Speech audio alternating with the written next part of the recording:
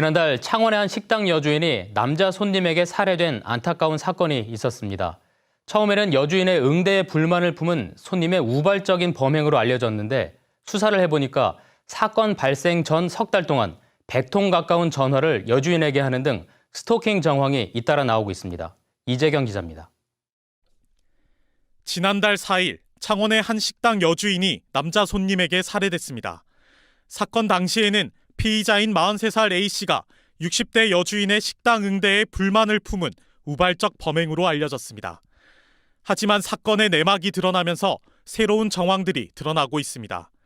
숨진 여주인의 휴대전화를 포렌식한 결과 피의자가 여주인을 수년 동안 스토킹한 증거들이 잇따라 나왔습니다. 사건 발생 전 석 달 동안 피의자 A씨는 100통에 가까운 전화를 여주인에게 걸었습니다. A씨는 피해자에게 누나가 정말 좋다는 내용의 문자를 보내기도 했습니다.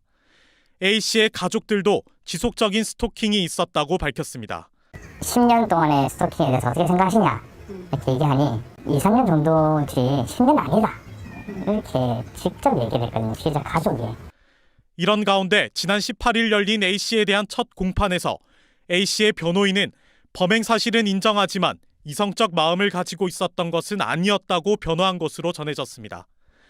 이에 대해 지역사회에서는 명백한 스토킹 범죄가 낳은 사건이라며 엄벌을 촉구하는 목소리가 제기되고 있습니다. 가게에 와서 괴롭히고 다른 손님한테 친절한데 왜 자기한테는 친절하지 않냐, 전화나 문자나 이런 것들 지속적으로 보내고 괴롭힌 그 정황들이 있기 때문에 이거는 분명한 스토킹 범죄고. 한편 A씨를 엄벌에 처해달라는 청와대 국민청원에는 18,000여 명이 동참했습니다. MBC 뉴스 이재경입니다. 최근 전국에서 스토킹 관련 강력 범죄가 잇따르고 있는데요. 이런 가운데 지난 10월 스토킹 처벌법이 시행된 이후 경남에서는 처음으로 가해자를 유치장에 최대 한 달 동안 가두는 가장 강력한 조치가 나왔습니다. 그런데 우려점도 적지가 않습니다. 서창우 기자입니다. 스토킹과 협박에 못 견디겠다면서 한 여성이 경찰에 고소장을 낸 건 지난 1일.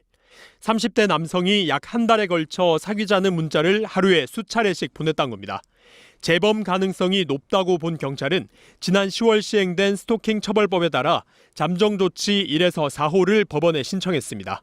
그리고 나흘 뒤 경찰은 법원의 결정을 받아 경남에선 처음으로 가장 강력한 잠정 조치인 4호를 적용해 가해자를 유치장에 입감했습니다. 최대 한 달까지 유치장에 가둘 수 있는 겁니다. 우려스러운 건 한 달 뒤라고 전문가들은 말합니다. 가해자가 일시 구금을 또 다시 풀려났을 때 보복할 수 있는 그런 접근 제한할 수 있는 그런 조치가 많이 부족하고 있습니다. 피해자의 안전을 지킬 수 있는 그런 다양한 제도들과 그리고 지원 정책들이 필요한데. 더 큰 문제는 상대방의 스토킹 혐의가 입증된다고 해도 피해자가 보복을 우려해 처벌 의사를 표현하지 않는 경우입니다. 처벌을 받아야 하는 가해자에게 오히려 빠져나갈 수 있는 가능성을 주는 겁니다. 이른바 현행법상의 반의사 불벌 조항인데 법조계에서 스토킹 처벌법 입법 취지와 되레 맞지 않다는 지적이 나오는 이유입니다.